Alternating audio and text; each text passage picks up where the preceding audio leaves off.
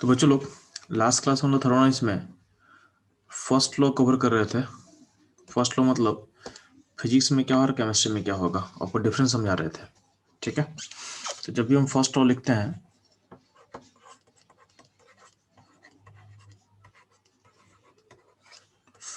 तो ध्यान देना, फर्स्ट लॉ से पहले आपको ये समझ में आना चाहिए कि जो आप वर्क निकालते हो ना थर्मो में, तो जो वर्क निकलता है थर्मो में, तो फिजिक्स के लिए वर्क हम लोग सिस्टम का निकालते हैं।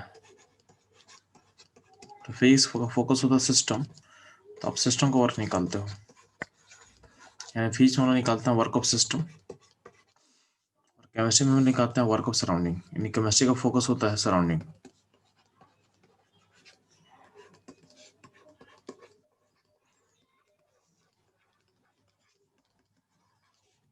ठीक है,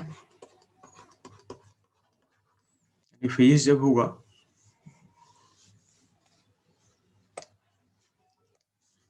तो हम सिस्टम के काम को निकालेंगे, और जो केमिस्ट्री होगा तो हम निकालने वाले हैं सराउंडिंग के वर्क को। ठीक है, सिस्टम और सराउंडिंग। अब ध्यान देना, बुक्स में क्या, यानी जो फर्स्ट लॉ लिखोगे फिजिक्स के लिए,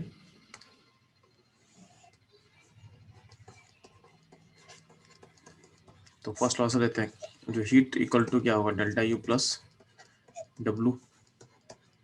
ये वर्क किसका होता है, सिस्टम का। और केमिस्ट्री क्लब लिखते हो फर्स्ट लॉ,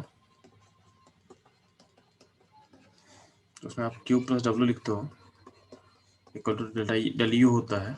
यहाँ जो वर्क होता है किसका होता है, सराउंडिंग का।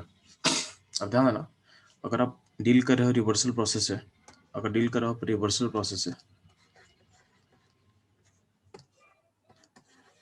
रिवर्सल प्रोसेस है, तो इस रिवर्सल प्रोसेस का मतलब में होता क्या है, जो सिस्टम का वर्क होता है इस नेगेटिव सराउंडिंग होता है, या उल्टा आप बोल सकते हो, जो सराउंडिंग का वर्क होगा वो नेगेटिव क्या होगा, सिस्टम होगा।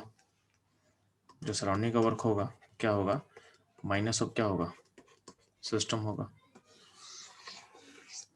ठीक, हम क्या बोले थे, ये दोनों एक्सप्रेशन अलग अलग नहीं, दोनों सेम ही हो सकता है।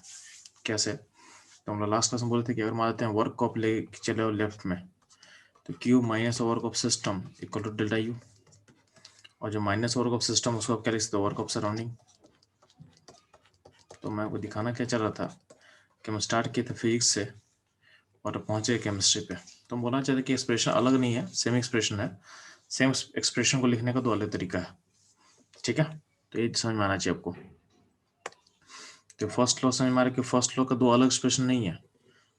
फिजिक्स का जो वर्क होता है सिस्टम के लिए निकालते हैं, और केमिस्ट्री का जो वर्क होता है सराउंडिंग के लिए निकालते हैं, और दोनों बेसिकली सेम ही है। जैसे मान लो तुम केमिस्ट्री में अगर तुम लिखना चाहता है, तो केमिस्ट्री वाले एक्सप्रेशन को आप ऐसे लिख सकते हो, Q equal to del U minus work of surrounding, और जो माइनस वर्क ऑफ सराउंडिंग है उसको क्या लिख सकते हो,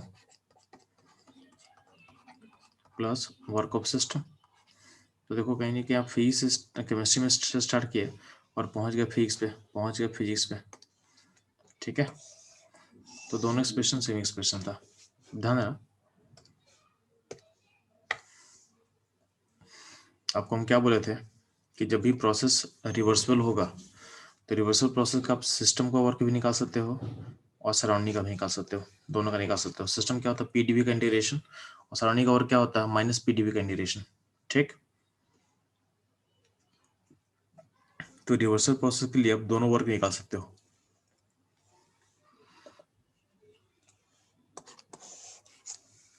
और दोनों पर वर्क निकालने से बेटर क्या होता है कि आपको पता है कि दोनों वर्क क्या है, आपस में इक्वल एंड अपोजिट है। तो किसी एक का वर्क निकालोगे तो दूसरे वर्क अपने आप निकल जाएगा। मान लेते तुम सिस्टम का काम निकाल लिया 10, तो सराउंडिंग का काम क्या होगा, -10।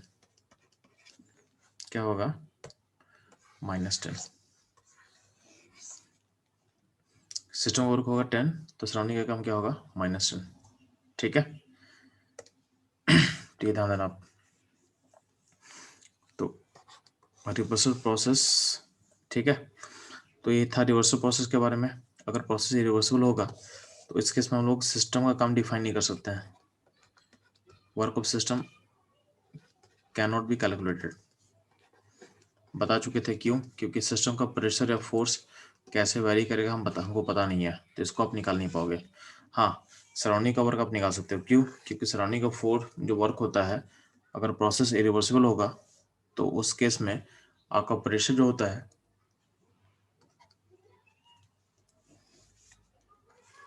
जो प्रेशर ऑफ सराउंडिंग होता है क्या होता है? कांस्टेंट होता है। तो इरिवर्सिबल प्रोसेस में क्या होता है? जो पी ऑफ सराउंडिंग क्या होता है? कांस्टेंट होता है। ठीक है, तो उसको आप बाहर निकाल सकते हो।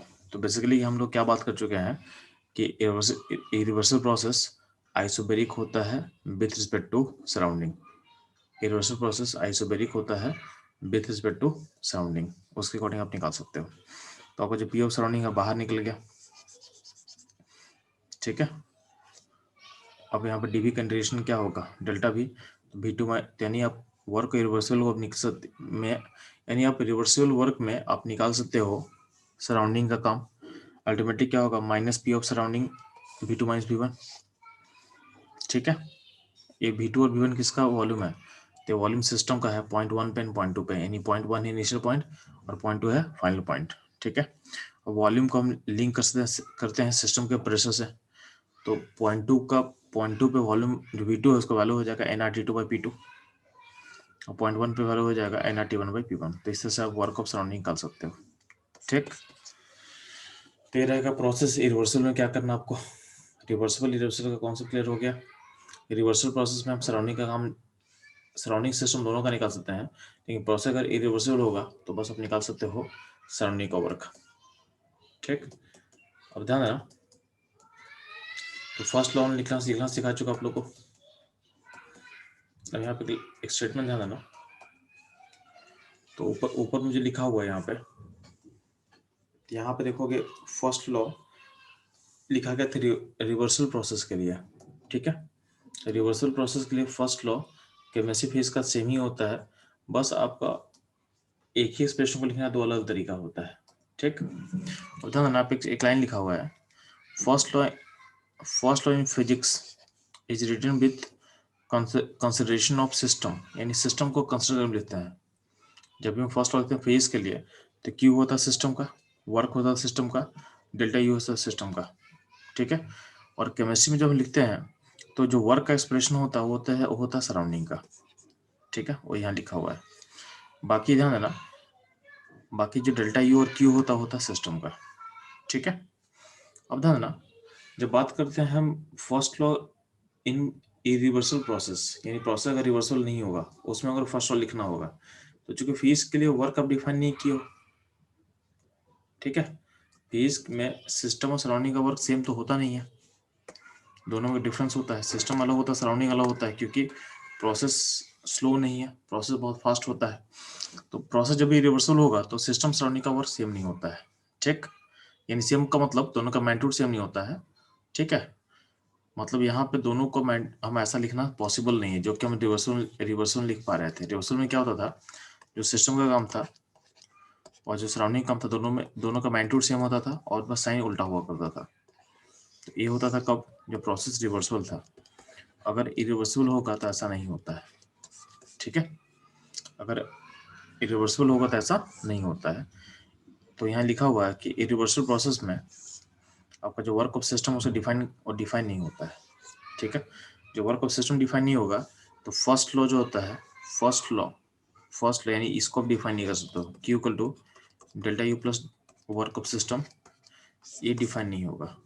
This is also not defined, यानी अगर प्रोसेस इरिवर्सिबल होगा तो इस तरीके से फर्स्ट लॉ को लिख ही नहीं पाओगे। यानी फिजिक्स में इस तरह से लिखते हैं लोग, तो फिजिक्स का फर्स्ट लॉ डिफाइन नहीं होगा।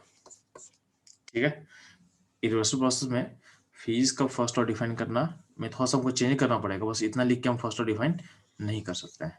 ठीक है, क्योंकि वर्क ऑफ सिस्टम निकालना पॉसिबल अपने लिए नहीं होता है। लेकिन केमिस्ट्री में चूंकि हम लोग सराउंडिंग का वर्क में मेरा फोकस होता है, और प्रोसेस अगर इरिवर्सिबल होगा तो भी हम सराउंडिंग का वर्क निकाल सकते हैं। तो हम क्या करते हैं, तो फॉर इरिवर्सिबल प्रोसेस आप इस तरह से एक्सप्रेशन को लिख सकते हो, Q plus work surrounding equal to delta U. तो ये आपका अगर प्रोसेस इरिवर्सल होगा तो उस केस में फर्स्ट लॉ आप ऐसे लिख सकते हो, उस केस में फर्स्ट लॉ ऐसे लिख सकते हो। ठीक है, तो ये रहा all about first law. Next focus है अपना साइन कन्वेंशन, यानी आपको क्या साइन कन्वेंशन को फॉलो करना है। तो सबसे पहले हम फोकस करते हैं क्यू के साइन पे। तो क्यू का साइन का मतलब क्या होता है जी? तो जब भी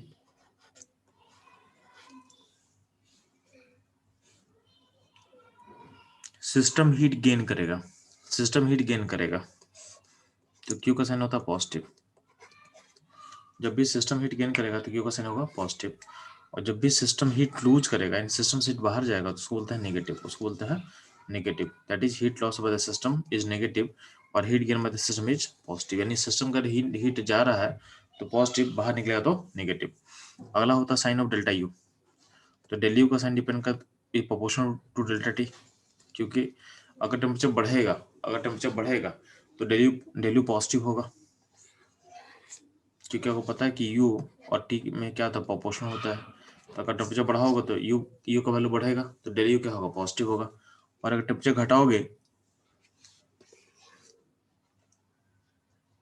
तो यू का साइन क्या होता है, यू घटता है, यानी डेल यू का साइन क्या होगा, नेगेटिव होगा। तो आपको क्यू का साइन क्लियर हो चुका है और यू का साइन आपको समझ में आ चुका है। ठीक है, सिमिलरली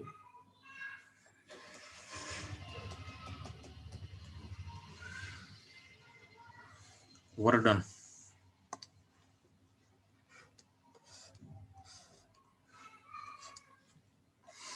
ठीक है, तो बात करते हैं लोग वर्डन का। तो वर्डन का साइज अच्छे समझना है ध्यान से यहाँ पे। तो जब भी बात करते हैं वर्डन फॉर द सिस्टम या वर्डन बाय द गैस, ठीक है, ध्यान देना। जब बात करते हैं वर्क का साइन पे, तो वर्क का साइन देखो, सिस्टम के लिए क्या होगा, सराउंडिंग के लिए क्या होगा, ध्यान देना। तो ध्यान देना, जब भी हम बात करते हैं सिस्टम का, सिस्टम बोलो या उसको कभी कभी बोलते हैं गैस, सिस्टम बोलेंगे या बोलेंगे गैस। तो सिस्टम में ध्यान देना, अगर सिस्टम का वर्क को हम पीडीवी लिख सकते हैं, सिस्टम वर्क को डिफाइन किया है पीडीवी। तो जब भी आपका एक्सपेंशन होता है, एक्सपेंशन मतलब वॉल्यूम जो फाइनल होगा इनिशियल से बड़ा होगा, जब भी एक्सपेंशन होगा तो सिस्टम का वर्क क्या होगा, पॉजिटिव होगा। सिस्टम का वर्क क्या होता है, पॉजिटिव होता है। तो एक्सपेंशन का मतलब क्या होता है कि गैस काम कर रहा है, मतलब देखो सिस्टम में अंदर गैस है ना, गैस अगर अगर फैल रहा है, इसका मतलब क्या होगा, गैस फोर्स लगा रहा है, गैस फोर्स लगा रहा है और उसके फोर्स के अलॉन्ग में क्या हो रहा है, डिस्प्लेसमेंट हो रहा है। तो गैस फोर्स लगा रहा है और उसके फोर्स के अलॉन्ग क्या हो रहा है, डिस्प्लेसमेंट हो रहा है। ठीक है, तो work done by the system और द गैस, यानी जब भी एक्सपेंशन होगा तो एक्सपेंशन के लिए हम क्या क्या वर्ड यूज कर सकते हैं। तो जब भी एक्सपेंशन होगा यानी वॉल्यूम फाइनल इनिशियल से बड़ा होगा तो पी डेल्टा भी पॉजिटिव होगा। इसको और हम क्या बोल सकते हैं, तो जब भी एक्सपेंशन हो रहा है तो इसको बोल सकते हो what work is done by the gas और सिस्टम, यानी क्योंकि सिस्टम या गैस के फोर्स के डायरेक्शन में डिस्प्लेसमेंट हो रहा है, तो ऐसा बोल रहे हैं कि जो वर्क हो रहा है ये सिस्टम कर रहा है या तो गैस कर रहा है। ठीक है, तो एक्सपेंशन के लिए एक और वर्ड यूज कर सकते हो, work done by the system और गैस। ठीक है, या इसको ऐसे बोलोगे, अगर सिस्टम वर्क करेगा तो किस पे काम हो रहा है। ठीक है, मान लेते हैं कि गैस फैल रहा है, यानी सिस्टम एक्सपैंड कर रहा है, तो क्या हो रहा है, सराउंडिंग क्या हो रहा है, कॉन्ट्रैक्ट कर रहा होगा। आपका सराउंडिंग क्या होगा, कॉन्ट्रैक्ट करेगा। यानी सिस्टम एक्सपैंड करेगा तो सराउंडिंग कंप्रेस हो रहा होगा। तो इसको आप ऐसा लिख सकते हो कि एक्सपेंशन को आप ऐसा लिख सकते हो कि work is done on the surrounding. ठीक है, यानी सिस्टम काम कर रहा है, यानी work done by the system. इसको आप ऑल्टरनेटिव स्टेटमेंट क्या लिख सकते हो, work is done on the surrounding. ठीक है, तो ये सारा वर्ड हो सकता है एक्सपेंशन के लिए। जब भी एक्सपेंशन होगा तो क्या होगा, आपका वर्क क्या होता है, पॉजिटिव होता है, ये ध्यान देना। ठीक है, अगला अगला पॉइंट है कि जब भी कंप्रेशन होगा, कंप्रेशन मतलब सिस्टम कंप्रेस हो रहा है, यानी सिस्टम का जो फाइनल वॉल्यूम है वो इनिशियल से छोटा हो जाएगा।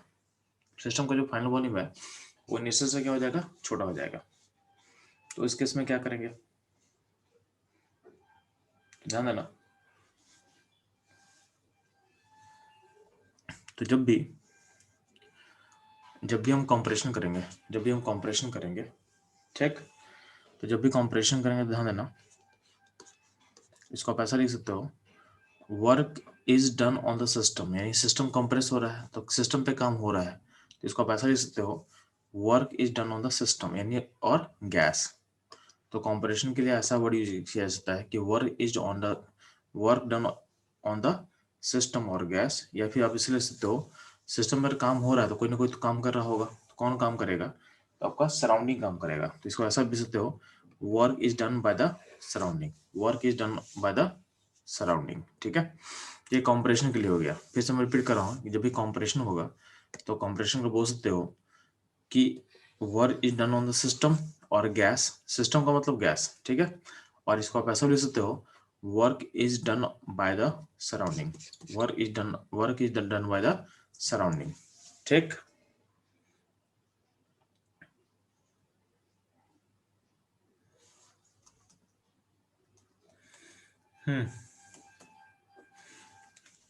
ये हो गया सिस्टम, ये हो गया। देखो सिस्टम के बारे में इतना सारा ये सारा हम सोच सकते हैं। अगर हम सराउंडिंग के वर्क के बारे में सोचे तो सराउंडिंग का वर्क क्या होता है, माइनस पी डेल्टा वी। तो जब भी डेल्टा वी पॉजिटिव होगा यानी एक्सपेंशन होगा, उस केस में सराउंडिंग का वर्क क्या होगा, निगेटिव होगा। सराउंडिंग का वर्क निगेटिव होगा, इसका मतलब क्या है कि सिस्टम एक्सपैंड कर रहा है, सिस्टम एक्सपैंड कर रहा है। ठीक है, सिमिलरली अगर डेल्टा भी नेगेटिव होगा तो इसका मतलब माइनस पी डेल्टा भी पॉजिटिव होगा, यानी सिस्टम का वर्क क्या होगा, पॉजिटिव होगा। इसका मतलब डेल्टा भी नेगेटिव कब होगा, जब कंप्रेशन हो रहा है। तो सिस्टम का उल्टा हो जाएगा, जब भी कंप्रेशन होगा तो सिस्टम काम करेगा निगेटिव, सराउंडिंग काम करेगा पॉजिटिव। और जब भी एक्सपेंशन होगा तो सिस्टम काम करेगा पॉजिटिव, सराउंडिंग करेगा निगेटिव, एंड सो ऑन। बाकी लैंग्वेज सेम यूज करना है। एक्सपेंशन को आप बोल सकते हो कि work is done by the system, ये इसको आप लिख सकते हो work is done on the surrounding. ठीक है, कंप्रेशन को बोल सकते हो, कंप्रेशन बोल सकते हो work is on the system, work is done on the system. और यह बोल सकते हो work is done by the surrounding. ठीक है, ये कुछ लैंग्वेज है जिसका पे यूज होगा। ठीक है, तो ये रहेगा सारा साइन। तो हम लोग को साइन के बारे में समझ में आ चुका है। नेक्स्ट मूव करता हूँ लोग प्रोसेस पे। तो अगला फोकस हमारा रहेगा प्रोसेस।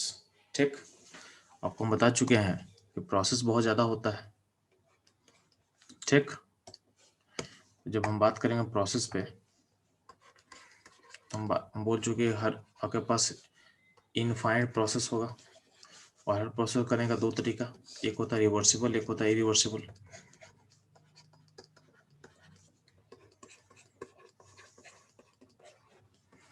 आपको पता है कि कौन ज़्यादा इंपॉर्टेंट है, तो आपको पता है कि जो रिवर्सिबल तरीका होगा ये ज़्यादा इंपॉर्टेंट होगा, ये ज़्यादा इंपॉर्टेंट होगा। तो हमारे लिए पहला फोकस रहेगा रिवर्सल तरीका। इवन ध्यान देना, जब आप फिजिक्स पढ़ते हो हमेशा, तो फिजिक्स में हमेशा होता है रिवर्सिबल, ऑलवेज रिवर्सिबल। क्योंकि आपका फिजिक्स में वर्क क्या होता है, सिस्टम का, और सिस्टम का जो वर्क होता है वो डिफाइन हमेशा होता है रिवर्सिबल के लिए। ठीक है, तो फिजिक्स में आप हमेशा पढ़ोगे रिवर्सिबल। केमिस्ट्री का 90% एरिया, केमिस्ट्री का जो मेजर एरिया होता है वो रिवर्सिबल होता है। केमिस्ट्री का जो मेजर एरिया होगा वो रिवर्सल होता है। ठीक है, कभी कभी रिवर्सल पढ़ेंगे, बट मेजर एरिया क्या होता है आपका, रिवर्सल होगा। ठीक, इतना क्लियर रहेगा। तो रिवर्सल हो गया और आपका इरिवर्सिबल हो गया। तो पहला मेरा फोकस रहेगा रिवर्सिबल, इससे फोकस करता है। तो प्रोसेस में पढ़ने वाले हैं, और प्रोसेस में पढ़ने वाले हैं रिवर्सल के बारे में। तो ध्यान ना, कुछ प्रोसेस जो होता है, कुछ इंपॉर्टेंट, सम इंपॉर्टेंट रिवर्सिबल, तो सम इंपॉर्टेंट रिवर्सल प्रोसेस। ठीक है, तो क्या क्या हो सकता है जी, कुछ होगा आइसोकोरिक, आइसोथर्मल, आइसोबेरिक, ठीक है, एडियाबेटिक, ठीक है, and cyclic process, and cyclic. हमको कुछ इंपॉर्टेंट प्रोसेस को जानना है। ठीक है, इसी में क्लास ऑफ प्रोसेस पढ़ेंगे, लास्ट में पढ़ेंगे हम लोग आइसोकोरिक। ठीक है, अब ध्यान देना, इन सारे प्रोसेस में करना क्या मेरे को, तो हर प्रोसेस में हमको निकालना है फर्स्ट लॉ को। तो फॉर एवरी प्रोसेस हमको फाइंड करना है कौन सा, फर्स्ट लॉ। फर्स्ट लॉ मतलब D Q D U plus D W हमको हर केस में ये पता करना है, यानी Q delta U plus W पता करना है। तो आपको हर प्रोसेस में हमको पता क्या करना है, तो हर प्रोसेस के लिए हमको फर्स्ट लॉ अप्लाई करना है, यानी हमको इसको पता करना है। ठीक है, Q of system delta U of system and work of system, हमको ये पता करना है हर प्रोसेस के लिए। तो ध्यान देना, डेल्टा यू के लिए तो आपको पता है फॉर्मूला क्या हो चुका है जी। तो डेल्टा यू निकालने का तरीका होता है हमेशा क्या होता है, N F R by two D T. अब इसके लिए हम क्या करते हैं, इसको यूज करते हैं सी बी, तो N C B D T. तो ये होता है डेल्टा यू के लिए फिक्स फॉर्मूला। जब भी डेल्टा यू निकालना हो तो बस इसको अप्लाई करोगे, आपका आंसर आ जाएगा। तो डेल्टा यू निकालने का वो तरीका हर जगह क्लियर हो चुका है कि डेल्टा यू आप कैसे फाइंड करोगे। अगला पॉइंट है वर्क कैसे पता करते हैं जी। तो वर्क पता करने के लिए बहुत सिंपल तरीका होता है, जो स्मॉल वर्क होता है इसको इंटीग्रेट कर दो, और सिस्टम का स्मॉल वर्क क्या होता है, पीडीबी। तो बेसिकली हर जगह आपको पीडीबी का इंटीग्रेशन करके निकालना पड़ेगा। तो इस तरह से आप सिस्टम का वर्क निकाल सकते हो। अब डेल्टा यू फाइंड कर लिए, वर्क पता कर लिए, ठीक है। तो क्यूब क्यूब कैसे पता करेंगे, क्यूब पता करने का बहुत सिंपल तरीका है। क्यूब क्या होता है, Q delta U plus work का सम होता है, तो दोनों को जोड़ दोगे तो आपको क्यू मिल जाएगा। तो इस तरीके से हम फर्स्ट लॉ निकालते हैं। तो आपको हर प्रोसेस में आपको यही फाइंड करना है, यानी फर्स्ट लॉ को लिखना हर प्रोसेस के लिए, यानी हर प्रोसेस का आपको डेल्टा यू चाहिए, हर प्रोसेस का आपको डेल्टा यू चाहिए। For each process we need delta U, work, और वर्क निकल तो दोनों को जोड़ के क्या निकाल देंगे, क्यू।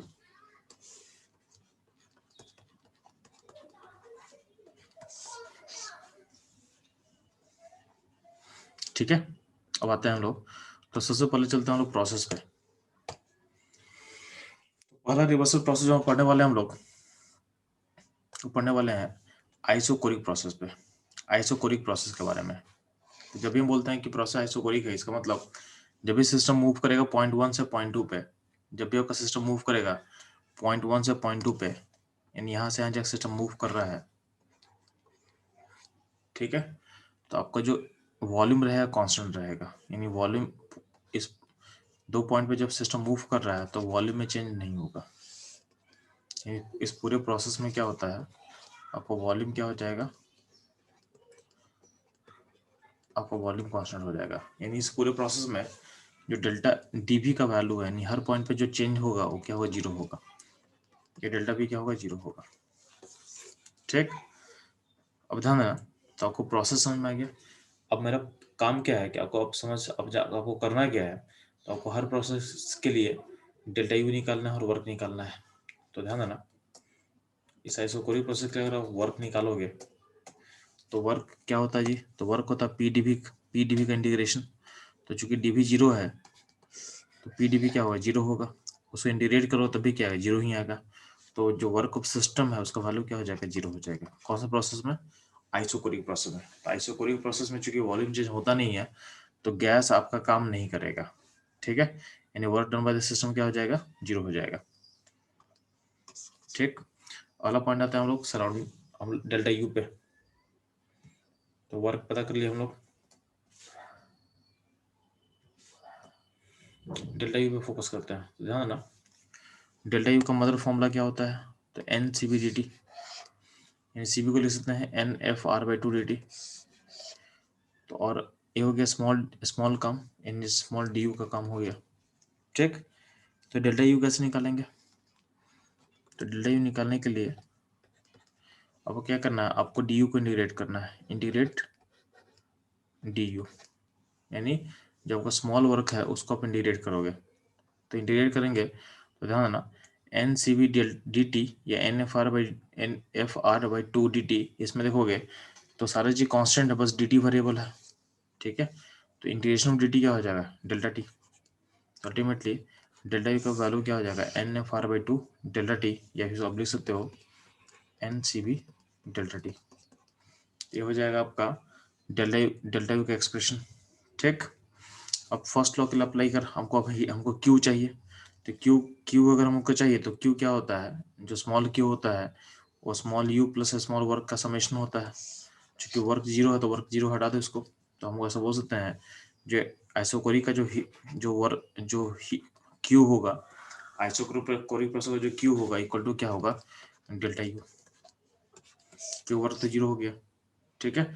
और डेल्टा यू का वैल्यू क्या होता है, N F R by two delta T या N C B delta T.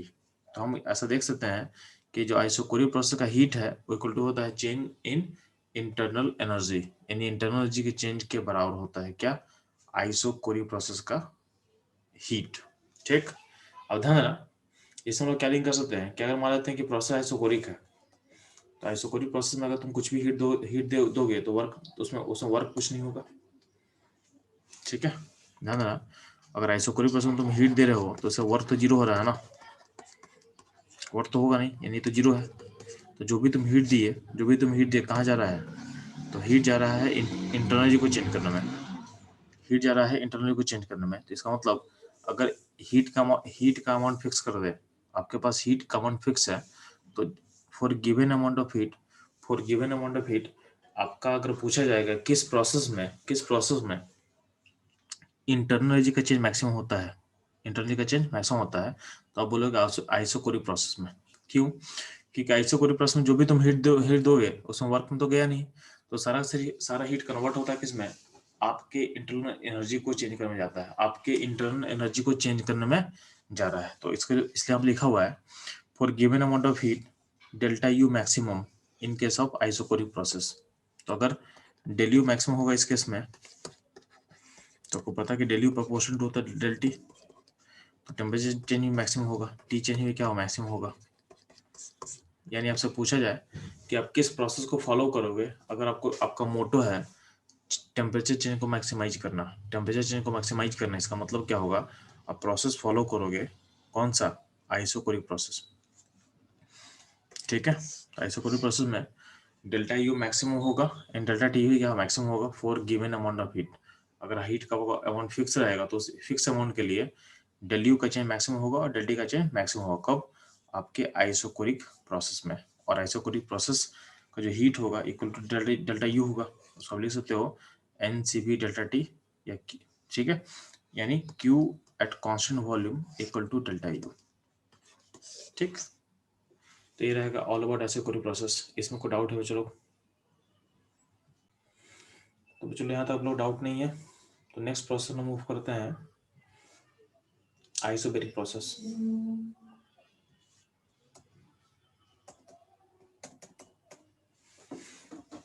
तो ध्यान रखो चलो, आइसोबैरिक प्रोसेस कब बोलते हैं, जब पॉइंट 1 से 2 में आपका जो प्रेशर हो कांस्टेंट हो, यानी आपकी जर्नी में यानी आपके प्रोसेस में प्रेशर में कोई चेंज नहीं होना चाहिए। ठीक, इसका मतलब क्या, डीपी जीरो होगा, डेल्टा पी क्या होगा, जीरो होगा। अब आते हैं, देखो हमको फिर से क्या लिखना है, हमको इस प्रोसेस का वर्क निकालना है, इस प्रोसेस का डेल्टा यू निकालना है, और दोनों को जोड़ के हमको क्यू निकालना है। यानी मोटो तो फिक्स है ना, हर प्रोसेस में क्या करना है, तो हर प्रोसेस का हमको वर्क निकालना है, हर प्रोसेस का हमको डेल्टा यू निकालना है, और फिर क्या होगा, दोनों को जोड़ के हमको क्यू निकालना है।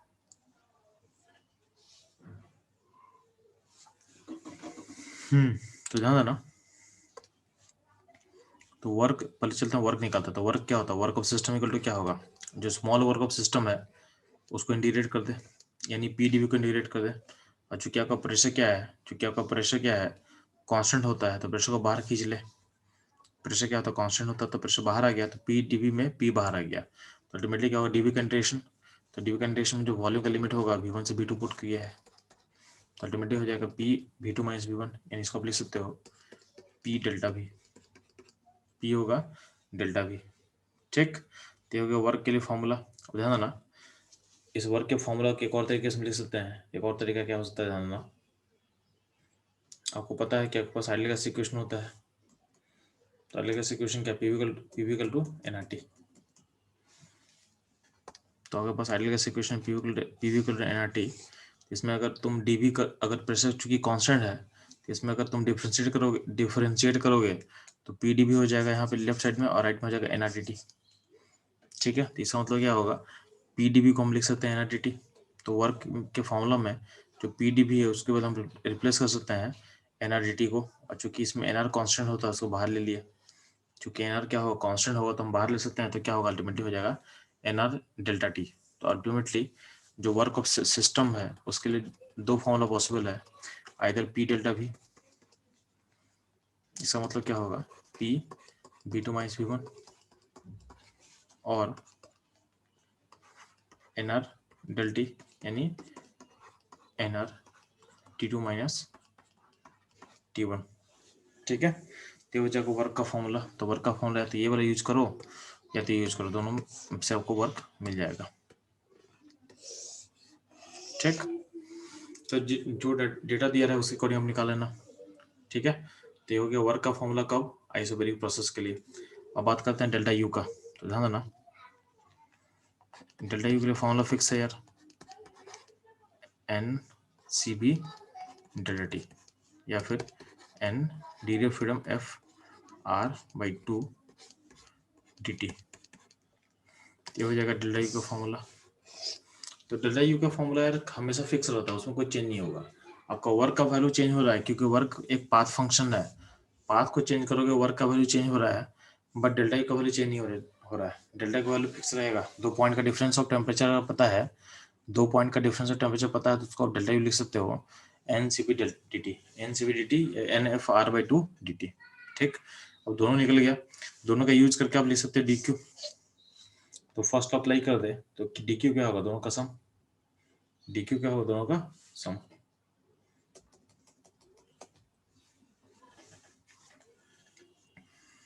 तो फर्स्ट लो से दोनों को सम को लिख दिया, डी को क्या पुट करेंगे तो N C B D T, और डी डब्ल्यू के क्या पुट करेंगे पी डी बी, पुट कर दिए। आपको पता है कि जो पी डी बी है उसके बदले में क्या लिख सकते हैं, N R D T, N R D T लिख सकते हैं। अब इसमें ध्यान देना जो एन और डी टी कॉमन है दोनों में, यहाँ पे एन डी टी कॉमन दिख रहा है आपको दोनों में, तो उसको बाहर ले लिए, तो अंदर बचे क्या, तो अंदर बचेगा सी प्लस आर, क्या बचेगा सी बी प्लस आर। ठीक, हम अगर एन डी टी कॉमन निकालेंगे तो बचेगा सी प्लस आर। अब ध्यान देना जो सी प्लस आर होता है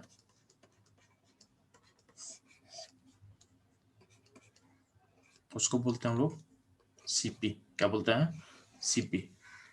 तो सी प्लस, तो ध्यान ना C plus R C P होता है, तो कभी तो C plus R plus C P एक किसके लिए वैलिड होगा, तो वैलिड होगा सिर्फ आइडियल गैस के लिए। क्यों, क्योंकि प्रोसेस में हम आइडियल गैस इक्वेशन का यूज किए हुए हैं। इस कन्वर्जन प्रोसेस में पी डी बी को हम लिखे हैं क्या, एनआरडीटी, तो यहाँ पे कहने की हम आइडियल गैस का इक्वेशन का यूज किए हैं, तो इसलिए क्या होता है C P equal to C plus R कब वैलिड होगा, तो फिर वैलिड होगा आइडियल गैस इक्वेशन, या फिर आइडियल गैस के लिए वैलिड होगा, आपके आइडियल गैस के लिए क्या होगा वैलिड होगा। ठीक है, तो आपको जो डी क्यू है डी क्यू के लिए लिख सकते हो आप N C P D T. ठीक है, तो यहाँ पे हम बोलना क्या चाह रहे हैं कि अगर क्यू पी लिखते हैं, क्यू मतलब क्यू पी मतलब heat at constant pressure, heat at constant pressure, तो उसके लिए क्या होगा डेल यू होगा एन वर्क ऑफ सिस्टम होगा। डेल यू का वैल्यू फिक्स है, क्या करना है जी, तो N C B D T करना है, और वर्क ऑफ सिस्टम के लिए क्या करोगे तो पी डेल्टा वी, क्योंकि आइसोकोरिक प्रोसेस का वर्क होता है पी डेल्टा वी, या फिर पी डेल्टा वी के बदले क्या पूछ सकते हो आप N R delta T, N R delta T. ठीक है, और एक और तरीके से आप हीट निकाल सकते हो, अगर आपको सीपी पता है, अगर आपको सीपी पता है तो आपको पता है चूंकि डी क्यू को क्या होता है N C P D T,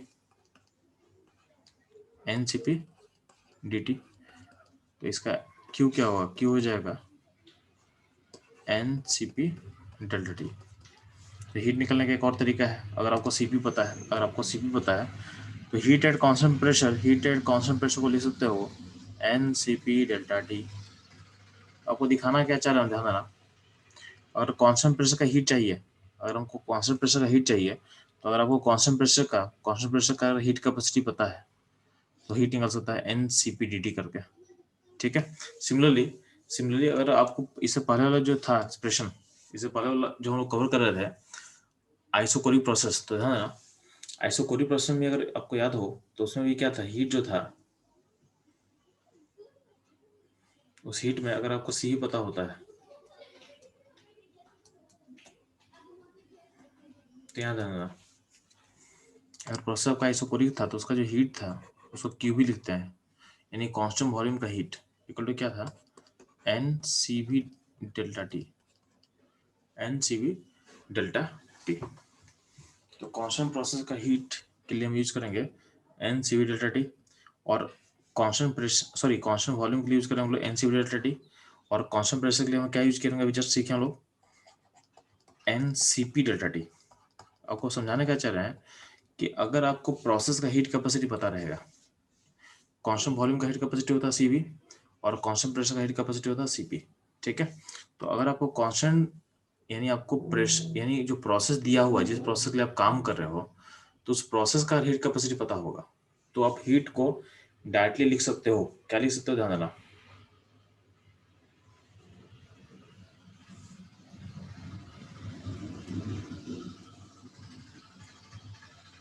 तो यहाँ ध्यान देना, यहाँ पे लिखा हुआ है चीज कि अगर आपको किसी प्रोसेस का क्यू निकालना है, किसी प्रोसेस का क्यू निकालना है,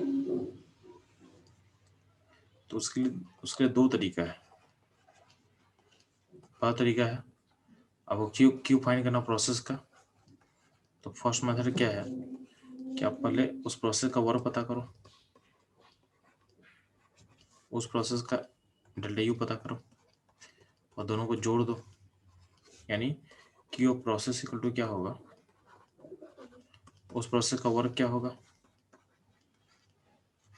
और उस प्रोसेस का डेल्टा यू चेंज क्या होगा, ऐसे निकल जाएगा, ठीक है। एक और तरीका क्या बोला गया कि अगर आपको क्यू निकालना है किसी प्रोसेस का, तो एक और तरीका क्या बोला गया है कि उस प्रोसेस का हीट कैपेसिटी पता है, उस प्रोसेस का हीट कैपेसिटी पता है, उस हीट कैपेसिटी को आप मोल इंटू डेल्टा टी से मल्टीप्लाई कर दो, तो भी आपका आंसर निकल जाएगा क्यू, यानी क्यू ऑफ द प्रोसेस का सेकंड तरीका क्या है, आपको उस प्रोसेस का हीट कैपेसिटी पता होना चाहिए, क्योंकि हीट कैपेसिटी पाथ पे डिपेंड करता है, तो उसका वैल्यू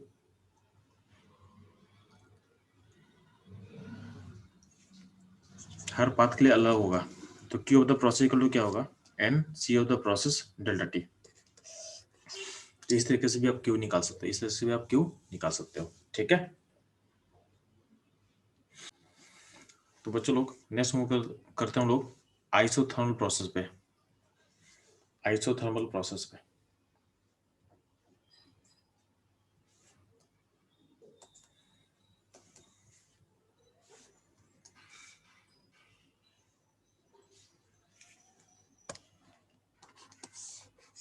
तो जब भी हम बोलते हैं कि प्रोसेस में आइसोथर्मल, इसका मतलब क्या होता है, टेम्परेचर कांस्टेंट होगा, यानी dt 0 होगा। तो जब du निकालते हो, du डेल्टा यू निकालते हो, तो उसमें dt का प्रोपोर्शनल होता है, और dt 0 होगा, इसका मतलब क्या होगा, du भी 0 होगा, यानी डेल्टा यू भी क्या होगा, 0 होगा। यानी आइसोथर्मल प्रोसेस में आपका चेंज इन इंटरनल एनर्जी क्या होता है, 0 होता है। आइसोथर्मल प्रोसेस पे आपका चेंज इन इंटरनल एनर्जी क्या होगा, 0 होगा, ठीक है। अब आते हैं लोग वर्क पे। तो वर्क के लिए फॉर्मूला क्या है, पीडीवी का इंटीग्रेशन। अब ध्यान देना, आपके पास क्या है, आइडल गैस इक्वेशन आपके पास है, तो पीवी इक्वल टू क्या होता है, एनआरटी होता है। अब जब इंटीग्रेशन ऑफ पीडीवी करेंगे, तो इसमें प्रेशर वॉल्यूम दोनों चेंज कर रहा है, और प्रोसेस आपका आइसोथर्मल होगा, उसमें प्रेशर और वॉल्यूम दोनों चेंज करेगा, तो आपका इंटीग्रेशन को परफॉर्म नहीं कर पाओगे।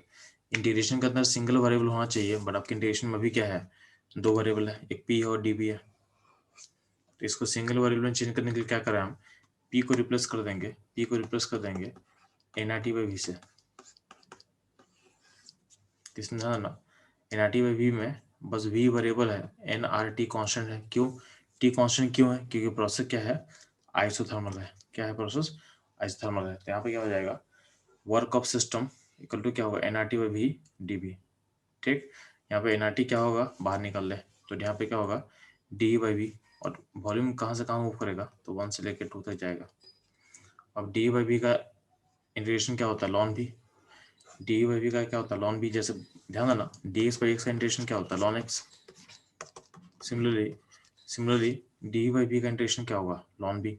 अब लॉन बी का लिमिट क्या होगा, v1 से v2 पुट कर दे, तो पुट करे तो फॉर्मूला हो जाएगा वर्क के लिए N R T ln v2 by v1।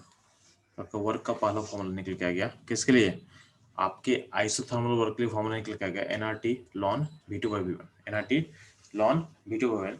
अब इस लॉन को लॉग में चेंज करना चाहता है, तो लॉग में चेंज करने के लिए क्या करेंगे, इस एन लॉन को लॉ में चेंज करने के लिए हम 2.303 से मल्टीप्लाई कर देंगे, तो आपके लिए वर्क का एक और फॉर्मूला हो जाएगा 2.303 nRT log V2 by V1।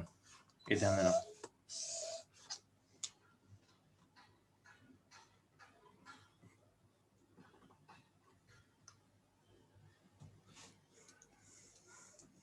ध्यान दोगे, सिस्टम पॉइंट 1 से पॉइंट 2 जब मूव किया है तो उसमें टेम्परेचर क्या कांस्टेंट है, तो टेम्परेचर कांस्टेंट हो तो क्या होगा, हम P1 V1 इक्वल टू क्या ले सकते हैं, P2 V2। हम P1 V1 इक्वल क्या ले सकते हैं, P1 V1 equal to P2 V2 लिख सकते हैं। इसका मतलब जो B2 by V1 का रेशियो है, जो B2 by V1 का रेशियो है उसको हम लिख सकते हैं equal to P1 by P2। इसका मतलब यहाँ जो फॉर्मूला है, यहाँ जो फॉर्मूला था वर्क का nRT ln B2 by V1, इस रेशियो में हम P1 और P2 को तो ले सकते हैं, दोनों रेशियो क्या आपस में बराबर है, तो P1 V2 को हम रिप्लेस कर सकते हैं किससे, तो nRT log P1 by P2 से रिप्लेस कर सकते हैं। और यहाँ पे ठीक है, और आप लॉग लिखोगे तो क्या होगा, आपको यहाँ मल्टीप्लाई करना पड़ेगा कन्वर्जन फैक्टर से, तो 2.03।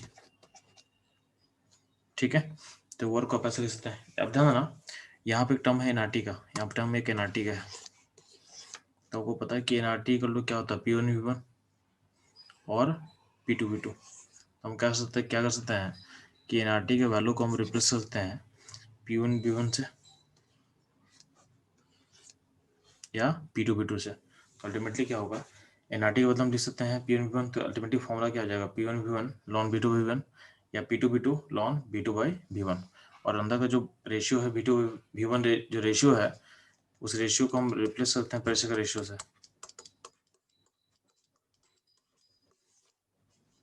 ठीक है, तो ये रहेगा ऑल अबाउट आइसोथर्मल प्रोसेस। अब ध्यान देना, इसमें अगर इसको हम लिंक करें, इसका हम क्यू निकालें, तो क्यू के लिए क्या तरीका बताया है, क्यू के लिए कुछ तरीका नहीं है, सिंपली क्या करेंगे हम लोग, वर्क निकालेंगे और डेल्टा यू निकालेंगे, दोनों को जोड़ देंगे। तो चूंकि यहाँ का डेल्टा यू क्या होता है, इस प्रोसेस का 0 होता है।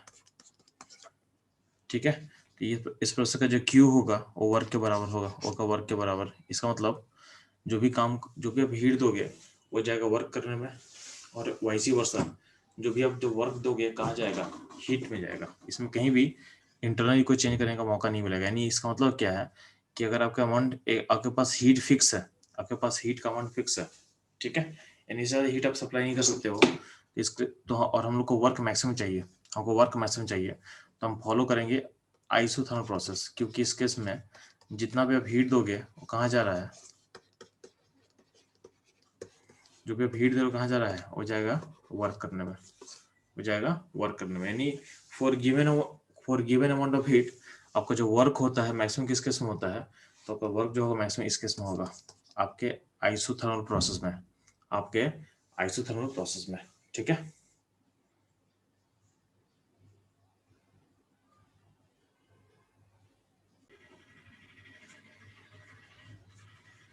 तो आपका एडियाबेटिक प्रोसेस का मतलब क्या होता है, जो हीट एक्सचेंज जो होने वाला है उसको क्या बोलोगे आप, उसको आप बोलोगे जीरो, उसको बोलोगे जीरो। ठीक, यानी जो डी क्यू है, डी क्यू जीरो है, अगर डी क्यू जीरो हो तो क्या होगा, आपका क्यू भी क्या होगा, जीरो हो जाएगा, क्यू भी क्या होगा, जीरो हो जाएगा। ठीक है, तो अगर आप फर्स्ट लॉ लिखते हो तो क्या होता है, first law D Q equal to D plus D W, इसमें डी क्यू टर्म जीरो है, तो डी क्यू जीरो से मतलब क्या होगा, D U plus D W के इक्वल टू क्या होगा, जीरो होगा। ठीक, यानी जो डेल्टा यू है प्लस वर्क ऑफ सिस्टम है, इसका वैल्यू क्या होगा, जीरो होगा। तो आप ऐसा बोल सकते हो कि work of system equal to minus of delta you.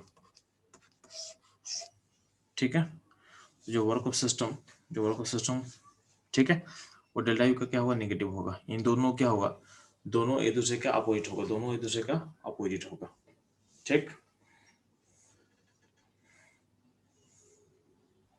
ध्यान देना।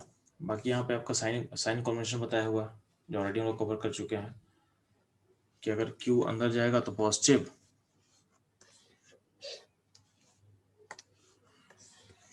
ठीक है, Q बाहर गया नेगेटिव, वर्क सिस्टम करेगा एक्सपेंशन होगा तो पॉजिटिव, और कंप्रेशन होगा तो क्या होगा, नेगेटिव। ठीक,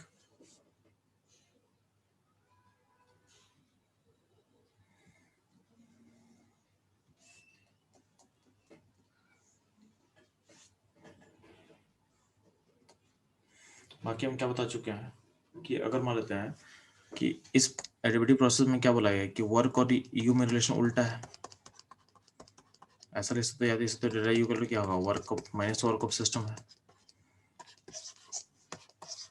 इसका मतलब है कि अगर वर्क पॉजिटिव होगा, वर्क पॉजिटिव होगा, वर्क पॉजिटिव कब होता है, जब सिस्टम एक्सपैंड कर रहा होगा, जब सिस्टम एक्सपैंड करेगा। तो एक्सपेंशन अगर हो रहा होगा सिस्टम का, यानी वर्क क्या हो, पॉजिटिव, और वर्क पॉजिटिव हो तो डेल्टा यू का वैल्यू क्या होगा, तो डेल्टा यू वैल्यू क्या होगा, नेगेटिव होगा। ठीक है, तो वर्क पॉजिटिव होता है क्या होगा, डेल्टा यू का वैल्यू क्या होगा, नेगेटिव होगा। ठीक है, तो डेल्टा यू का वैल्यू नेगेटिव होने का मतलब क्या है, जो टेम्परेचर फाइनल है वो इनिशियल से क्या होगा, कम हो गया। आपका जो टेम्परेचर फाइनल है वो इनिशियल वैल्यू से क्या हो गया, घट गया। तो एक्सपेंशन का मतलब क्या होता है, डेल्टा यू का होना नेगेटिव होना, यानी जो फाइनल टेम्परेचर है वो इनिशियल से क्या हो गया, कम हो गया।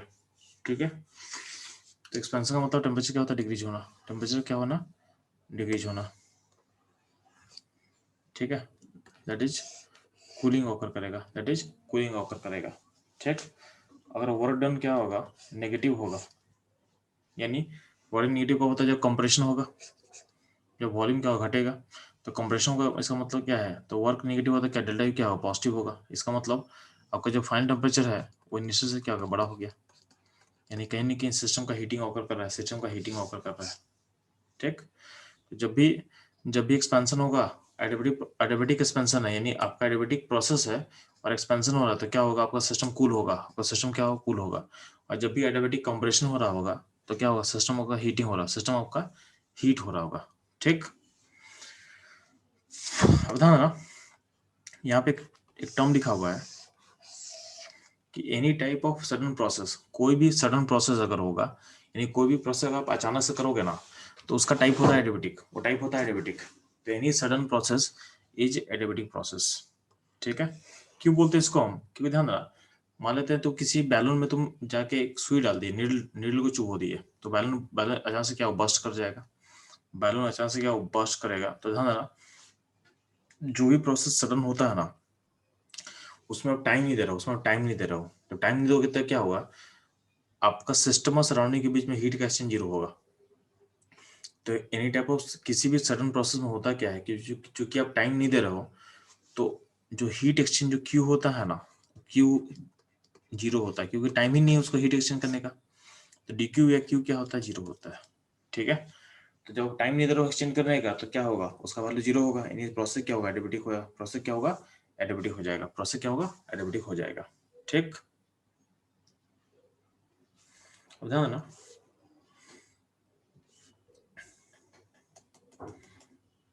तो यहाँ पे एक डेल्टा यू का टर्म डिफाइन कर चुके हैं।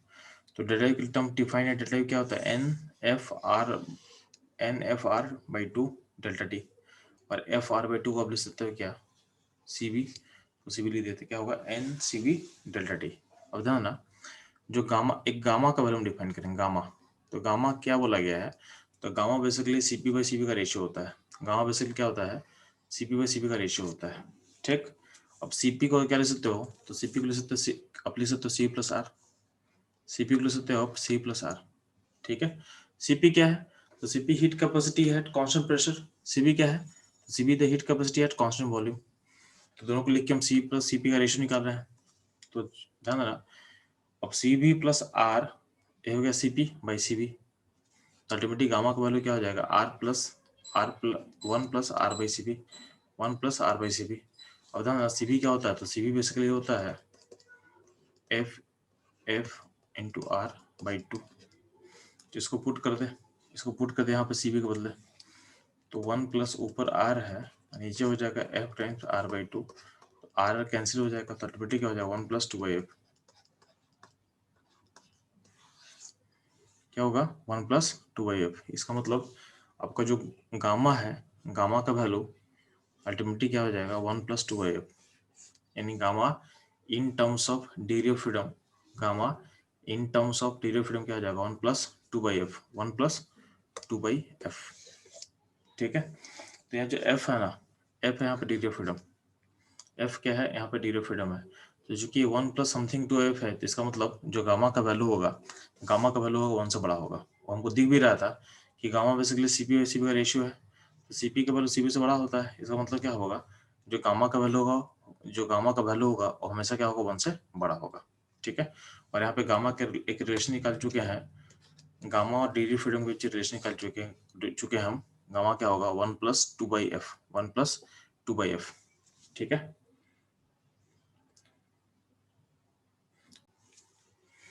तो यहाँ ना, तो गामा क्या होता है, गामा बेसिकली होता है CP/CP का रेशियो होता है, बता चुके हम लोग। अब ध्यान ना, हमको गामा निकालना है अलग अलग गैस टाइप के लिए। तो गामा का एक और फॉर्मूला होता है 1+2/f, 1+2/f।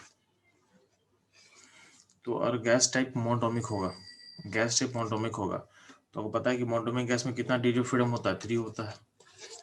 तो इस फॉर्मूला में 3 पुट कर दो, तो 1+2/3 क्या हो जाएगा, अल्टीमेटली 5/3। इसका वैल्यू हो जाएगा 1.66, या इसको आप लिख सकते हो 1.67। ये वैल्यूज को आपको याद कर लेना है कि मोनोटॉमिक गैस का जो गामा होगा 1.66 या हो जाएगा 1.67। ठीक है, अगर आपका डायटोमिक मॉलिक्यूल होगा जैसे O2N2 इस टाइप का, मोनोटॉमिक एग्जाम्पल क्या होगा, हीलियम, नियॉन, आर्गन, ये हो जाएगा आपका मोनोटॉमिक टाइप हो जाएगा। तो डायटोमिक गैस में क्या होगा, अगर फिर F होता है 5 को पुट करो तो हो जाएगा 1.40 होगा, 1.40 होगा। नोट्स में थोड़ा 1.44 लिखा हुआ था, इसको आप लिखना है 1.40।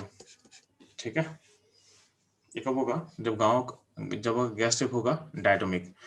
अच्छा, गैस टाइप जब पॉलीटोमिक होगा और नॉन लीनियर होगा, पॉलीटोमिक एंड नॉन लीनियर, तो उस केस में आपका फ्रीडम कितना होता है, 6।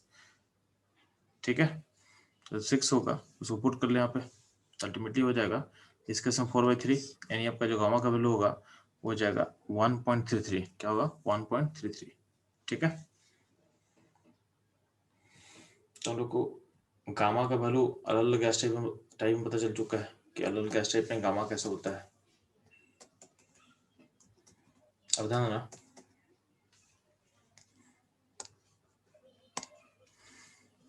तो CP का क्या होता है, C+R। CP का क्या होता है, C+R। ध्यान ना, आपको और पता क्या, CP/CP का क्या होता है, गामा। अल्टीमेटली CP को हम रिप्लेस कर सकते हैं किससे, तो CP/गामा से, CP/गामा से हम रिप्लेस कर सकते हैं।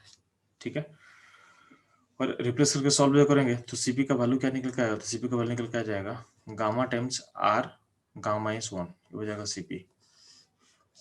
उदाहरण ना, आपको पता है CP का क्या, C+R होता है, तो अगर हम CP का वैल्यू लिख सकते हैं गामा टाइम्स CP, पुट करते हैं यहाँ पे, तो gamma times CP equal to क्या होगा, C+R। अल्टीमेटली क्या होगा, CP को निकल के आ जाएगा R/गामा-1, R/गामा-1। और ध्यान देना, CP इक्वल टू क्या होता है, CP equal to gamma times CP होता है। ठीक है, इसे डालोगे तो क्या हो जाएगा, CP का वैल्यू निकल के आ चुका है कितना, R/गामा-1। तो CP क्या हो जाएगा, गामा टाइम्स R गामा-1, ये हो जाएगा CP का value in terms of gamma, ये हो जाएगा CP का value in terms of gamma. तो CP हो गया और CP हो गया। ठीक है, इसमें कोई डाउट है, चलो। तो आप लोग को एडियाबेटिक में CP/CP लिखना है कि गामा के टर्म में। ठीक है, एडियाबेटिक प्रोसेस होता है क्या, समझ में आ चुका है। अब ध्यान दोगे, एडियाबेटिक प्रोसेस को हम रिप्रेजेंट कैसे करते हैं, तो ध्यान ना, जब भी आप लोग का प्रोसेस इसको फॉलो करेगा, किसको फॉलो करेगा, Pb/2 gamma equal to constant. तो Pb/2 gamma equal to constant होगा तो इसको हम एडियाबेटिक प्रोसेस बोलते हैं, यानी P का power gamma equal to constant होगा तो हम एडियाबेटिक लिख सकते हैं। उस कांस्टेंट को आप के बोलते हो, तो P का पावर गामा इक्वल टू क्या होगा, के होगा। तो आप ऐसे लिख सकते हो P इंटू के इक्वल टू के बी का पावर माइनस गामा। तो आप ऐसे लिख सकते हो किसको, एडियाबेटिक प्रोसेस को। ध्यान देना, अगर प्रोसेस में एडियाबेटिक होता है तो हम लोग अगर पॉइंट 1 से पॉइंट 2 पे मूव करते हैं अगर, तो पॉइंट 1 पे क्या होगा, P1V1 का पावर गामा इक्वल टू क्या होगा, P2V2 का power gamma equal to same constant के।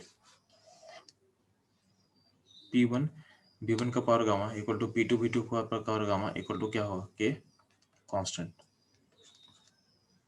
ठीक, ये हो गया एडियाबेटिक। इससे हम लिख सकते हैं। अब ध्यान देना, अगर मान लेते हैं कि हमको एडियाबेटिक प्रोसेस को किसी और तरीके से लिखना हो, यहाँ पे हम लिख रहे हैं किसके यूज करके, पी और बी का यूज करके। अगर हम मान लेते हैं कि पी और बी यूज कर नहीं करके हम पी और टी में लिखना चाहते हैं तो क्या करेंगे, तो यहाँ समझाएगा आपको कि प्रेशर वॉल्यूम में हम एडियाबेटिक प्रोसेस क्या लिख रहे हैं, पी बी का power gamma equal to constant, P B का power gamma equal to constant. ठीक है, तो अगर मान लेते हैं कि हम प्रेशर को, आपको पता है कि आइडियल गैस इक्वेशन का यूज करके हम प्रेशर को लिख सकते हैं NRT by V, NRT by V. ठीक, तो अब ध्यान ना, यहाँ आपके पास एडियाबेटिव प्रोसेस के लिए क्या लिखा हुआ था, पी बी का पावर गामा इक्वल टू के, तो यहाँ पे पी को हम रिप्लेस कर सकते हैं एनआरटी बाई बी से, लिख दिए। अब एनआरटी बाई बी लिख दिए तो आपका मोल कांस्टेंट है, आर कांस्टेंट है, तो मोल आर को अब के पास लेके चल जाए, अल्टीमेटली क्या हो जाएगा, टी बी का power gamma minus one, T B का power gamma minus one equal to K N R. और चूंकि के कांस्टेंट है, चूंकि आपका के कांस्टेंट है और आपका एन आर कांस्टेंट है, तो पूरा का पूरा मिलकर बनेगा एक नया कांस्टेंट, एक नया कांस्टेंट बनेगा। ठीक है, यानी एडिटिव प्रोसेस को आप लिख सकते हो पी बी का power gamma equal to constant, या इसको आप लिख सकते हो टी बी का power gamma minus one equal to क्या होगा, कांस्टेंट। ठीक है, ये तो हो गया आपका पी भी और टी और भी के टर्म में। ठीक, अगर मान लेते हैं, अगर हमको मान लेते हैं कि हमको इसको लिखना हो पी और टी के टर्म में, पी और टी के टर्म में, तो उसको कैसे लिखेंगे, तो ध्यान देना,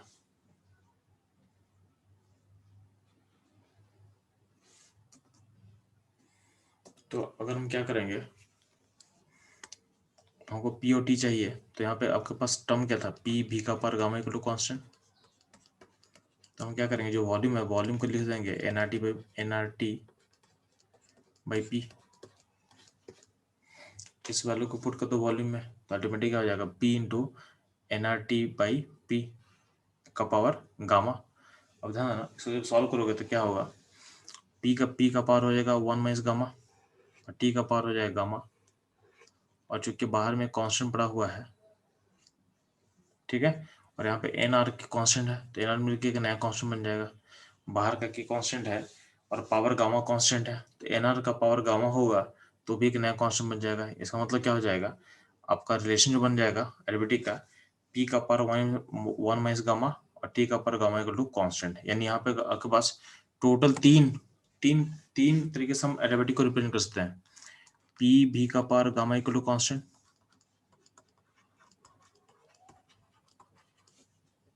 ठीक है, और क्या हो सकता है, P one minus gamma T का power gamma equal to constant, ये भी एडियाबेटिक प्रोसेस है। और क्या हो सकता है, तो टी बी का power gamma is one equal to constant.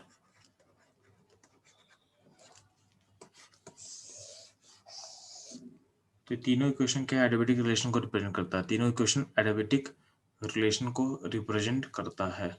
ठीक है, ये आपको ध्यान देना है। अब यहाँ तक कोई डाउट तो पूछ सकते हो। चलो, तो बच्चों लोग, आप लोगों को समझ में आ चुका है कि एडियाबेटिक रिलेशन कैसे लिख सकते हैं। तो लिख सकता हूँ लोग, मैं लिख सकता हूँ पी भी का पावर गामा इक्वल टू क्या होगा, कांस्टेंट, या क्या था, टी बी का पावर गामा इस वन इक्वल टू क्या होगा, कांस्टेंट, या फिर क्या होगा, पी का पावर वन माइनस गामा। ठीक है, पी का पावर वन माइनस गामा और पी का पावर क्या होगा, पी भी हो गया, पी, अच्छा, और टी का power gamma equal to constant. यानी तीन तरीके से आप एडियाबेटिक प्रोसेस, अब तीन तरीके से एडियाबेटिक प्रोसेस को रिप्रेजेंट कर सकते हो। मेरा क्वेश्चन क्या है, मेरा क्वेश्चन के सामने है कि अगर आपको एक प्रोसेस हम बता रहे हैं, ये प्रोसेस एडियाबेटिक है बता दिया गया है, और such that P proportional to T Q है, P proportional to T Q है, तो आपको फाइंड करना है गामा, आपको गामा फाइंड करना है। पहला क्वेश्चन है, आपको बता दिया गया है कि एडिटिव प्रोसेस है और P proportional to T Q है, फाइंड गामा। एक और क्वेश्चन था, उसमें बोला गया T प्रोपोर्शनल टू V का पावर माइनस हाफ है, इस केस में आपको गामा फाइंड करना है, एज्यूमिंग प्रोसेस इज एडियाबेटिक। ठीक है, फर्स्ट क्वेश्चन को सॉल्व करके गामा बताएंगे।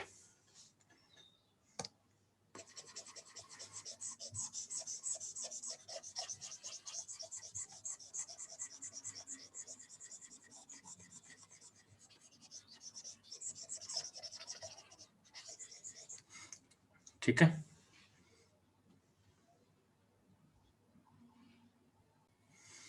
तो आप लोग जल्दी से गामा निकालो और मेरे को आंसर बताओ फास्ट।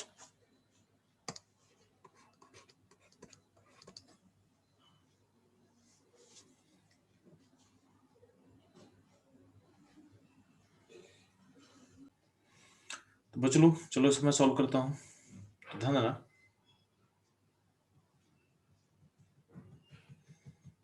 इसे सॉल्व कैसे करेंगे तो ध्यान दोगे,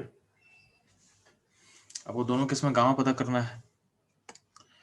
तो आपका पहला प्रोसेस बोला गया है कि पी टी का पावर क्यू, जिसको हम लिख सकते हैं पी टी का पावर -3 इक्वल टू कांस्टेंट लिख सकते हैं। अब देखो पी और टी में एडियाबेटिक रिलेशन कैसा होता है, तो यहाँ लिखेगा कैसा होता है। पी और टी में एडियाबेटिक रिलेशन अगर ऐसा होगा तो, और यहाँ पे क्या है, पी का यहाँ पे लिखा हुआ है क्या, पी टी का पावर -3 है, तो दोनों को हम कंपेयर नहीं कर सकते हैं, दोनों को हम कंपेयर नहीं कर सकते हैं। क्यों? क्योंकि हमको यहाँ अगर हमको कंपेयर करना पड़ेगा तो इसके पी के पावर को हमको 1 करना पड़ेगा, इसके पी के पावर को 1 करना पड़ेगा। तो 1 करने का तरीका क्या होता है, ध्यान देना। जैसे मान ले तुमको पी का पावर 3 दिया हुआ है, टी का पावर 5 दिया हुआ है, ठीक है, इक्वल टू कांस्टेंट है, और हम बोल रहे हैं कि हमको पी का पावर को 1 करना है। तो 1 करने के लिए आप क्या करोगे, इस पी और टी का 5 का ओवरऑल पावर लोगे 1/3। इससे क्या होगा, पी का पावर 1 हो जाएगा और टी का पावर हो जाएगा 5/3 हो जाएगा, इक्वल टू के का पावर 1/3। चूंकि के कांस्टेंट था तो उसका पावर 1/3 भी क्या होगा, कांस्टेंट होगा। तो ऐसा कुछ रिलेशन आ सकता है, तो वही काम यहाँ पे करना है। तो अगर हमको पी का पावर इसमें अगर 1 करना है तो इसमें क्या करेंगे, पावर में क्या लेंगे, तो पी 1 माइनस गामा है और टी का पावर गामा है, इस पूरे का पावर ले लेंगे 1/1 माइनस गामा। तो के का पावर भी क्या होगा, 1/1 माइनस गामा। तो ऑटोमेटिक हो जाएगा, पी का पावर क्या हो जाएगा, 1 हो जाएगा, टी का पावर क्या होगा, गामा बाई 1 माइनस गामा, ये हो जाएगा टी का पावर, और ये हो जाएगा कांस्टेंट। अब इस एक्सप्रेशन को आप कंपेयर कर सकते हो इसके साथ, तो अल्टीमेटली क्या होगा, पी का पावर 1 है और टी का पावर क्या है, वहाँ पे यहाँ पे -3 है और यहाँ पे क्या है, गामा बाई 1 माइनस गामा है। तो अल्टीमेटली क्या होगा, gamma by 1 minus gamma equal to क्या होगा, -3।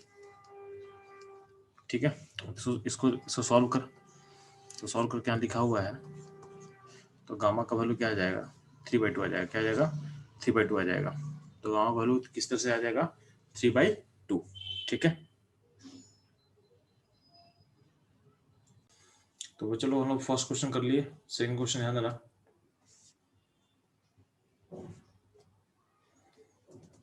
सेकंड क्वेश्चन में क्या बोला हुआ है कि टी प्रोपोर्शन टू भी का पावर माइनस हाफ, यानी क्या होगा, टी भी का power half equal to constant हो जाएगा। तो आपको पता है कि टी भी का पावर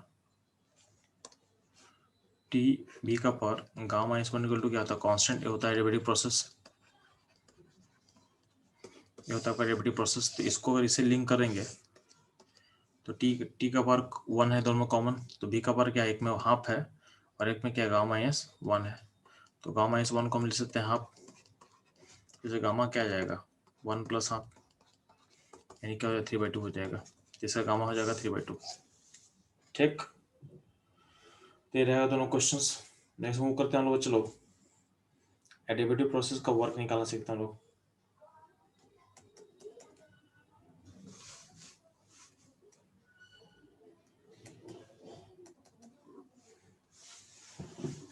तो ध्यान देना,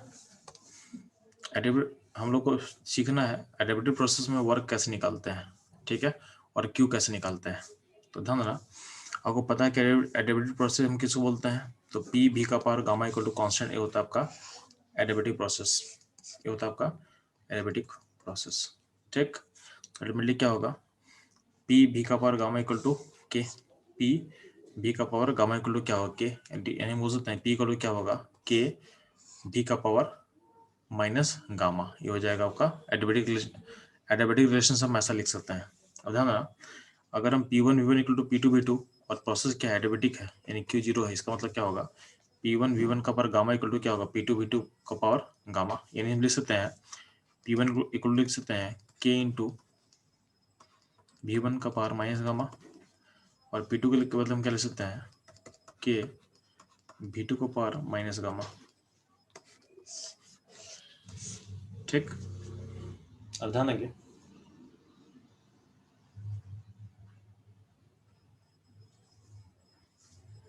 हमको वर्क निकालना है, तो यहाँ पे जो हम अभी ड्राइव किए थे वही यहाँ दोबारा लिख दिए हैं, दोबारा वही लिखा हुआ है कि P1 इक्वल टू क्या होगा के B1 का पावर माइनस गामा, और P2 क्या होगा के B2 का पावर माइनस गामा। ध्यान रखना, यहाँ पे एक टर्म समझाया हुआ आपको कि मान लेते हैं कि B का पावर माइनस 1 बाई गामा लिखा रहेगा, इसको हम कैसे लिख सकते हैं, तो इसको लिख सकते हो B का पावर 1 इंटू B का पावर माइनस गामा, यानी सेम चीज को आप ऐसे लिख सकते हो, इसको आप ऐसे लिख सकते हो। ठीक, तो वही यहाँ लिखा हुआ है कि P भी का पावर 1 में से गामा को लिख सकते हैं P भी का पावर 1 में से गामा क्या होगा B इंटू भी का पावर माइनस गामा, तो अल्टीमेटली देखोगे इसमें P और B को एक साथ ले लिए गए हैं, तो B P इंटू भी का पावर माइनस गामा इंटू भी हो जाएगा। ठीक है, तो इसका यूज करेंगे फिर अभी हम जस्ट इसका यूज करने वाले हैं। और ध्यान देना, जब भी हम बोलेंगे वर्क निकालना है तो वर्क के लिए सिम का मदर फॉर्मूला क्या होता है, स्मॉल वर्क का इंटीग्रेशन यानी पीडीबी का इंटीग्रेशन। अब पीडीबी का इंटीग्रेशन ध्यान देना, पी एक अगला वेरिएबल है और भी एक अलग वेरिएबल है, तो आपको पता है कि पी भी का पर गामा इक्वल टू क्या होता है कांस्टेंट क्या होता है, कब अगर प्रोसेस एडिटिव को, तो हम पी को लिख सकते हैं, हम पी को लिख सकते हैं के बाई भी, पी को लिख सकते हैं हम के बाई भी, पी पी क्या होगा के भी का पावर गामा, के भी का पावर गामा। ठीक है, तो ध्यान देना, अब ध्यान देना, तो इस पी को हम रिप्लेस कर सकते हैं के बाई भी का पावर गामा से। अब ध्यान देना, आपको पता है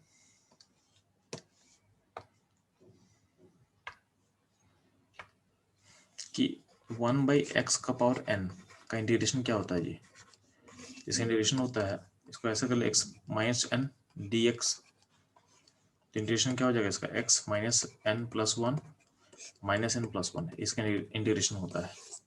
वही इंटीग्रेशन तुमको यहाँ तक यहाँ करना था, यहाँ पे देखोगे तो यहाँ पे अगर हम क्या करेंगे, अगर हम रिप्लेस करते हैं p को रिप्लेस कर सकते हैं k बाई भी का पावर गामा से, तो अल्टीमेटली क्या हो जाएगा इंटीग्रेशन क्या हो जाएगा k डी भी का पावर गामा नीचे में, तो अल्टीमेटली हो जाएगा k को बाहर ले ले, तो v का power gamma minus 1 divided by gamma minus 1।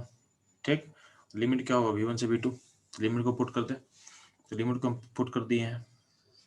अब k को अंदर ले ले, तो k को अंदर लोगे तो ये जो वॉल्यूम है, ये वॉल्यूम को इस तरह से ब्रेक कर सकते हैं, यहाँ पे जिस तरह सिखाया है आपको, वॉल्यूम का पावर माइनस गामा प्लस 1 को हम लिख सकते हैं v का power minus gamma into v लिख सकते हैं, तो वही यहाँ पे दो पार्ट में ब्रेक कर दिया वॉल्यूम को, तो v2 का power minus gamma into v2 minus v1 का power minus gamma into v1, और k से मल्टीप्लाई कर दिए, k को ब्रैकेट के अंदर लेके चले गए हैं, तो k v2 का पावर माइनस गामा क्या होता है, तो यहाँ लिखा हुआ है k v2 का पावर माइनस गामा क्या होता है, तो p2 होता है, तो इसके बदले हम लिख सकते हैं p2, और k v1 का पावर माइनस गामा को क्या पूछ सकते हैं p1, यहाँ देखो p1 लिखा हुआ है, ये p2 हो गया और ये क्या होगा p1 हो गया, तो अल्टीमेटली जो वर्क का रिलेशन हो रहा है हो जाएगा p2 v2 minus p1 v1 divided by 1 minus gamma. Ultimately जो आपका वर्क का फॉर्मूला जा रहा है वो क्या हो जाएगा, तो एडिटिव प्रोसेस का जो वर्क होगा उसका वैल्यू क्या हो जाएगा जी, तो एडिटिव प्रोसेस का वर्क का वैल्यू हो जाएगा p2 v2 minus p1 v1 divided by 1 minus gamma. ठीक है, ध्यान देना, चूंकि गामा 1 से बड़ा होता है तो आपका जो नीचे का जो डेनोमिनेटर है, एटम क्या है नेगेटिव है, एटम क्या है नेगेटिव है, एटम नेगेटिव है। ठीक है, 1 माइनस गामा क्या होगा, नेगेटिव होगा। अब ध्यान देना, आपको पता है कि P2 V2 इक्वल टू क्या होगा, इक्वल टू क्या होता है, तो NR T2 और P1 V1 इक्वल टू क्या होगा, NR T1। अगले पॉइंट पे क्या करेंगे, अब P2 V2 के बदले पुट कर दो NR T2 और P1 V1 के बदले पुट कर दो NR T1। ठीक है, तो पुट कर दिया तो अल्टीमेटली वर्क का फॉर्मूला क्या हो गया, NR T2 माइनस T1 क्या होगा, NR T2 minus T1 divided by 1 minus gamma. तो वर्क का एक और फॉर्मूला हो गया, या तो होगा P2 V2 minus P1 V1 divided by 1 minus gamma, या लिख सकते हो आप NR T2 minus T1 divided by 1 minus gamma. ध्यान देना, क्योंकि नीचे टर्म नेगेटिव है, तो अगर नीचे नेगेटिव है तो अगर वर्क को अगर पॉजिटिव होना है, वर्क अगर पॉजिटिव होना है इसका मतलब ऊपर का टर्म भी नेगेटिव होगा। और ऊपर का टर्म नेगेटिव कब होगा जी, जब T2 का वैल्यू T1 से छोटा होगा, यानी वर्क नेगेटिव कब, वर्क पॉजिटिव कब होगा, वर्क पॉजिटिव कब होगा, जब T2 का वैल्यू T1 से छोटा होगा, यानी T2 माइनस T1 नेगेटिव होगा। ये कब होगा, ये कब होगा, जब आपका क्या होगा, टेम्परेचर घटेगा, टेम्परेचर घटेगा। तो वर्क नेगेटिव कब होगा, जब आपका टेम्परेचर क्या होगा, डिक्रीज करेगा। सॉरी, वर्क पॉजिटिव कब होगा, वर्क पॉजिटिव कब होगा, जब T2 का वैल्यू T1 से छोटा होगा, यानी क्या होगा, आपका टेम्परेचर डिक्रीज करेगा। इन वाइसी वर्सा ट्रू है, यानी जब टेम्परेचर इंक्रीज करेगा तो वर्क क्या होगा, नेगेटिव होगा, वर्क क्या होगा, नेगेटिव होगा। हम लोग शुरू में देख चुके हैं कि एडिटिव प्रोसेस में अगर आपका इंटरनल टेम्परेचर बढ़ेगा तो वर्क घट, तो कंप्रेशन में यानी आप कंप्रेस करोगे यानी वर्क नेगेटिव होगा, तो डेल्टा यू पॉजिटिव होगा और टेम्परेचर बढ़ेगा। और जब वर्क नेगेटिव होगा तो डेल्टा यू पॉजिटिव, टेम्परेचर बढ़ेगा। और उल्टा सोचो, जब वर्क पॉजिटिव होगा नहीं, जब एक्सपेंशन होगा तो उसमें वर्क पॉजिटिव हो रहा है, उसमें डेल्टा यू क्या होता है, घटता है, तो टेम्परेचर भी क्या होगा, घटेगा। ठीक है, और आपको पता है कि डेल्टा यू और वर्क में क्या रिलेशन होता है, तो एडिटिव प्रोसेस में डेल्टा यू और वर्क में क्या होता है, माइनस का रिलेशन होता है। तो जो वर्क का फॉर्मूला निकल गया है, तो वर्क का फॉर्मूला को माइनस से मल्टीप्लाई कर दो तो डेल्टा यू का फॉर्मूला निकल के आ जाएगा। ठीक है, तो ये समझ में आना, ये आपको आना चाहिए। तो डेल्टा यू के लिए फॉर्मूला क्या हो गया, तो पहला फॉर्मूला तो फिक्स है डेल्टा यू के लिए, कौन सा, NCBDT, ये तो पता ही आपको डेल्टा यू के लिए।